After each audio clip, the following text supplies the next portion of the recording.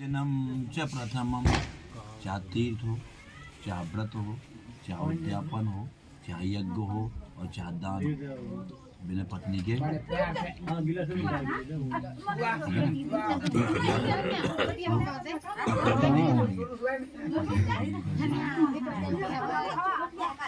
कर रहे हैं। सोमवार मंगल का कोई व्रत करते हैं तो अकेले नहीं करेंगे,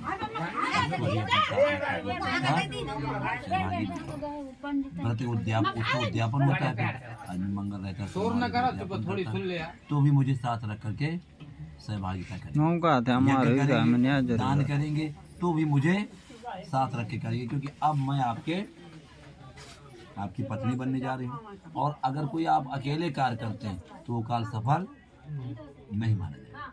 तो आपने कहा मैंने तुम्हारे पहले वचन को स्वीकार किया और मैं वादा करता हूँ कि जो 5 कर्म करूँगा उसमें तुम्हें अपना साथ जरूर बनाऊंगा। अब मुझे पहला वचन स्वीकार। दूसरा वचन, कव्ये प्रदान यद पूजयेथा वामांग मायाय तदीयम जगाद कन्या वचनम द्वितीयम। 2 प्रकार की अग्नि की 2 पत्नी है, एक का नाम स्वाहा, एक का नाम स्वधा। चाहे स्वाहा करो तो मुझे साथ रखो और चाहे स्वधा करो तो मुझे का इससे लाभ क्या मिलेगा? बोले अगर स्वाहा न होता तो प्राकृतिक की संपदा मिलने वाली 5 तत्व है ना, अग्नि है, जल है, वायु है, आकाश है, पृथ्वी है, ये तत्वों से तो हमें सब कुछ मिल रहा है ना। तो अगर इनसे कुछ चाहना है तो वातावरण शुद्ध रहना, और हवन क्या करता है? वातावरण की शुद्धता करता है। इसलिए बार बार बहुत से आहुतियाँ होती हैं, यज्ञ होते हैं, सब कुछ होते हैं। तो बोले क्या हव्य करे तो मुझे साथ रखे, क्या कर्म करे तो मुझे लाभ ये मिलेगा, प्राकृतिक शुद्ध रहेगी, प्रदूषण नहीं होगा तो बीमारियाँ नहीं होंगी। और अगर प्रदूषण बढ़ता रहा तो बीमारियां निरंतर बढ़ती। देवता प्रसन्न रहेंगे, हमन से देवता प्रसन्न होते हैं, बाहुबल मजबूत होता है तो फिर सब कुछ प्रदान होता रहेगा। समय से वर्षा होगी, समय से ठंड पड़ेगी और समय से गर्मी पड़ती।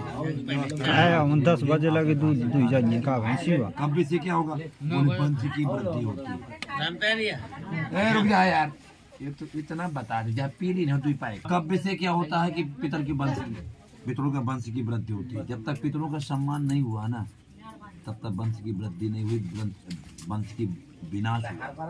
आप देख लो द्रौपदी ने क्या किया। द्रौपदी ने कहा जब दुर्योधन जल में गिर गया तो कहा अंधों के पुत्र अंधे। युधिष्ठिर ने कहा द्रौपदी अगर युद्ध का कोई उत्तरदायित्व है तो तुम हो, कोई दूसरा। कहा मैं क्यों?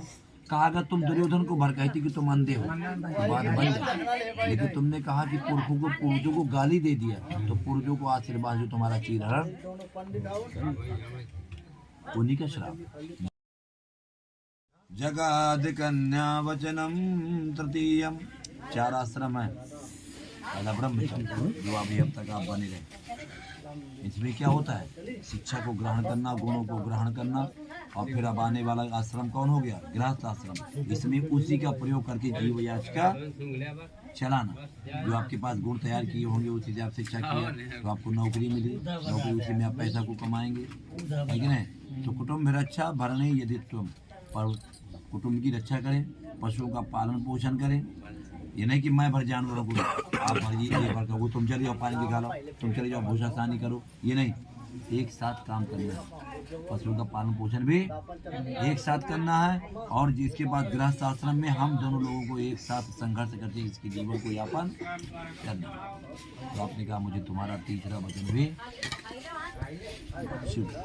चौथा वचन, आयम व्ययम धान्य धनाधिकानम पृष्ट्वा निविश्चय प्रघ्रे निध्येत्या वामांगमायाय तदीयम जगाद कन्या वचनम चतुर्थम। आज के जमाने में आर्थिक योग है, कुछ नहीं है।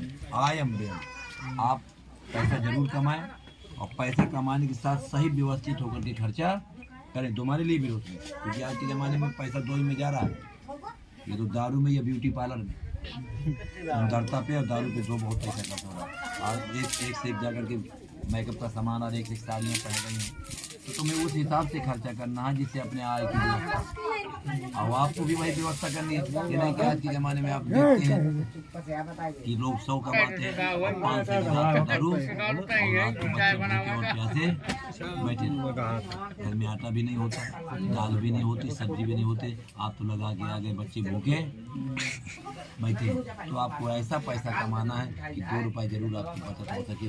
100 रुपये कमाते हैं तो 70 रुपये रोटी कपड़ा मकान में खर्चा कर दो, लेकिन 30 रुपये की सुरक्षित बचत जरूर करो। क्योंकि अगर पैसा है तो कभी कोई घटनाएं होती है तो लोग तुरंत पैसे दे देते हैं, और अगर अपने पास पैसा नहीं है तो चाहे जो व्यवस्था हो, कोई पैसा देने वाला सुख के सब साथी दुख में ना सुख है। पैसा बहुत है और ये बताए जितना पैसा चाहते और नहीं है तो फिर कोई देने वाला, इसलिए आपको पैसे की व्यवस्था करते हैं। आर्थिक योग तो आपने कहा मुझे चौथा वचन भी 5वां वचन देवालयानां तडादुरूपं वापि विदया यद पूजयेथा वामांगमायाय ददातीयं जगादि कन्या वचनम च पंचम। 5वां वचन क्या है? देखिए जमाने में सब कुछ लेना आसान है, वाहन लेना आसान, शादी करना जिसने नहीं खाया वो सोच रहा है कब खा लूँ मैं, जो खा रहा है वो सोचता अच्छा खा लिया यार, ये तो लड्डू बहुत खतरनाक है। तो ये विवाह है आपने किया, ये सबको छोड़ के जा रही है, तो भूल नहीं जाना व्यवस्था करने के लिए, भूल नहीं जाना। माता पिता बहन भाई जिस घर में पलकर बड़ी हुई कर वह सुना आंगन होगा, रोएंगे भाई बहन पिता रोता माता का मन होगा, सब कोई गीली हो जाएंगे, सबको छोड़ के जा रही है। तो कल तुम इसकी पूर्ण मेंटेन की व्यवस्था भूल नहीं जाना।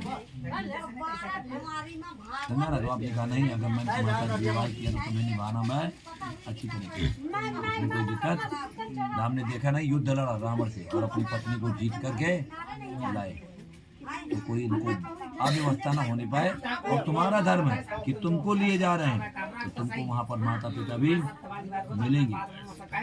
सास ससुर माता पिता होते हैं, देवर पुत्र के समान होता है, और जो बेचारी ननद होती है वो पुत्री के समान मानी जाती है। भाव बदलना चाहिए, जब कोई पद मिले तो भाव बदलना जरूरी है। कैसा भाव बदलना? ये जा रही है, अगर ये समझ लिया जाए कि ये मेरी बेटी है और ये समझ ले कि मेरे माता पिता है तो कभी कुछ बिगड़ने वाला, लेकिन तुरंत भाव परिवर्तन हो जाता है। सास ससुर माने जाते हैं, देवर माना जाता है, ये नहीं मानना, सही भाव मानना है तो फिर कभी झगड़ा होने वाली। तो आपने कहा अगर मंदिर तालाब कुआं सब कुछ बनेगा तो मैं उसका मेंटेन भी करूंगा, हर प्रकार से जाकर के रख रखाव करूंगा, तुम्हारा भी रख रखाव करूंगा। मैंने 5वें वचन को 6वां वचन नाशे देशांतरे वा वसुपुरांतरे वा यदा विद्याय क्रय विक्रय त्वं रामांगमाय ददाति। अच्छा सिखा दी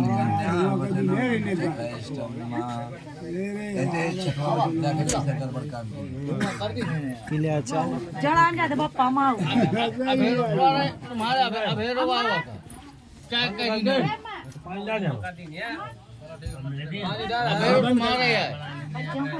पैसा है तो व्यापार में लगाओ तो बढ़ दी नहीं होगी भैया। पैसा रखने से थोड़ा बढ़ता है, व्यापार में लगाने से बढ़ता है।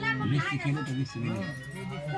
तो अपने घर में हाथ लगा के तैयार हुआ। तुम्हारे 6वें वचन को भी मैंने स्वीकार किया। 7वां वचन 6 वचन में थोड़ा त्रुटि हो जाए तो कोई दिक्कत नहीं, लेकिन 7वां नहीं।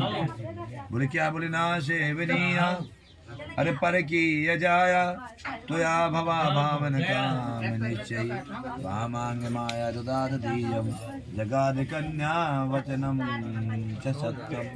बोले 7वां वचन क्या है? बोले नारी न देख नारी कर रूप अपन गार यह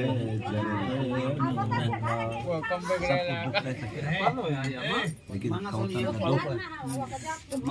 कपड़े अच्छे ना हो कोई दिक्कत नहीं, भोजन अच्छा ना हो कोई दिक्कत नहीं, अन्य व्यवस्थाएं भी ना हो तो सही है, लेकिन सौतन का दुख गाना सुना है ना कि दिल मत देना।